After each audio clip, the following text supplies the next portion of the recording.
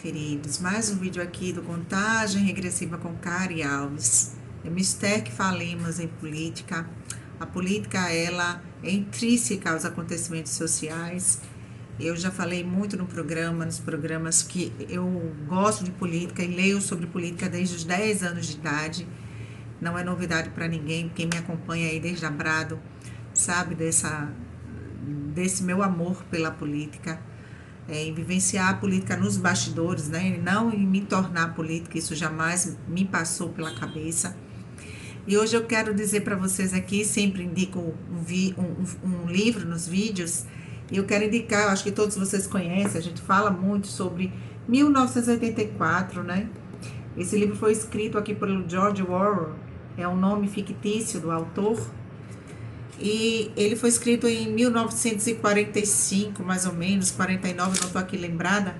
E como se 84 fosse o futuro. Na verdade, 84 aqui é o 2022, o 2023, que os brasileiros aí estão experimentando e amargando. Vejam por quê. Desde o início do governo do Bolsonaro, a oposição, a mídia, fez um trabalho bem sujo, né? Para fazer ali as narrativas, as falácias em torno da pessoa dele, o adjetivando de genocida, de fascista, enfim. Vocês conhecem bem essa história.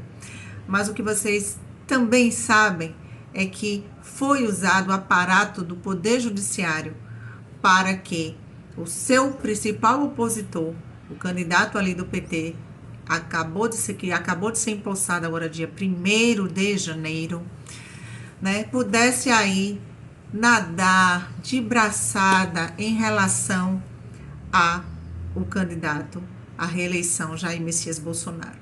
Ah, Karine, então você não acredita que o processo teve ali aquela problematização, a falta de transparência? Acredito, meus queridos, mas nós não podemos falar isso abertamente. Como eu já falei aqui, estamos sendo monitorados pelo grande irmão. Pois é, pois na sua posse, dia 1º, o Lula já decretou ali, naquele primeiro dia, o Ministério da Verdade, através do decreto que vocês vão ver aqui, ó, no artigo 47, combatendo ali a desinformação. E nós que temíamos ali que o Congresso pautasse de urgência aquela PL da fake news, olha só, nem precisa mais se preocupar com ela, né? Pois então, agora o Ministério da Verdade, e com uma ajudinha ali de alguns ministros, não vai ter problema nos intentos da democracia, dizem eles, de ser aí instaurada a tirania, a ditadura do Lula, paz e amor. É isso mesmo. Todo ditador ama a palavra paz, democracia e esperança. Tudo isso falado assim e aplaudido por muita gente. Pois é, meus queridos.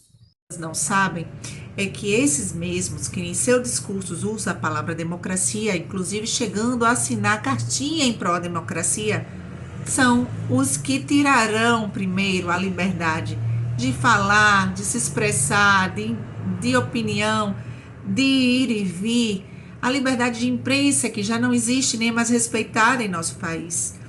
E se vocês não lembram, eu vou aqui recordar, o ministro da Justiça tem desempenhado um papel policialesco para que essa democracia na qual eles acham que é a ideal para o país aconteça. E como se não bastassem, a gente que podia antigamente adjetivar os ministros ou os agentes públicos, políticos, não vai ter mais essa liberdade no Brasil. Sim, você não vai mais poder chamar Lula de ladrão. É o que declarou Flávio Dino na reportagem aqui recentemente na rede TVT. Eu vou deixar o vídeo aqui neste vídeo. Quando eu terminar de falar, vocês vão ver aí o Flávio Dino falando. Vou dar uma pausa para que vocês possam ver. Aqueles difamadores, caluniadores, que hoje dizem assim, Lula é ladrão, estão cometendo um crime. Porque não paira nenhuma condenação, zero condenação contra o ex-presidente Lula. Então é um puro preconceito, mas não é uma frase amparada em nenhum fato, nenhum.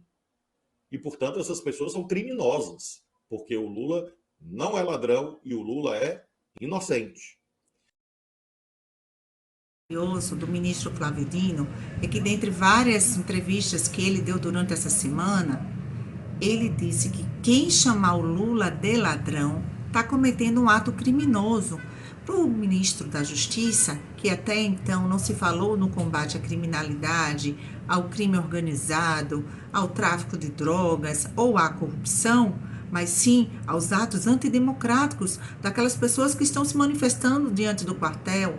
Pois é, que até o dia de hoje, sexta-feira, dia 6 de janeiro, se não saírem pacificamente, sairão ali de frente dos quartéis de forma coercitiva. Então, para o Flávio Dino, chamar Lula de ladrão é um ato criminoso. Eles querem apagar a história dos 2 primeiros mandatos do petista, bem como da sua sucessora Dilma Rousseff, que governou ali por um mandato de 4 anos e um mandato de metade do período por ter sido empichada.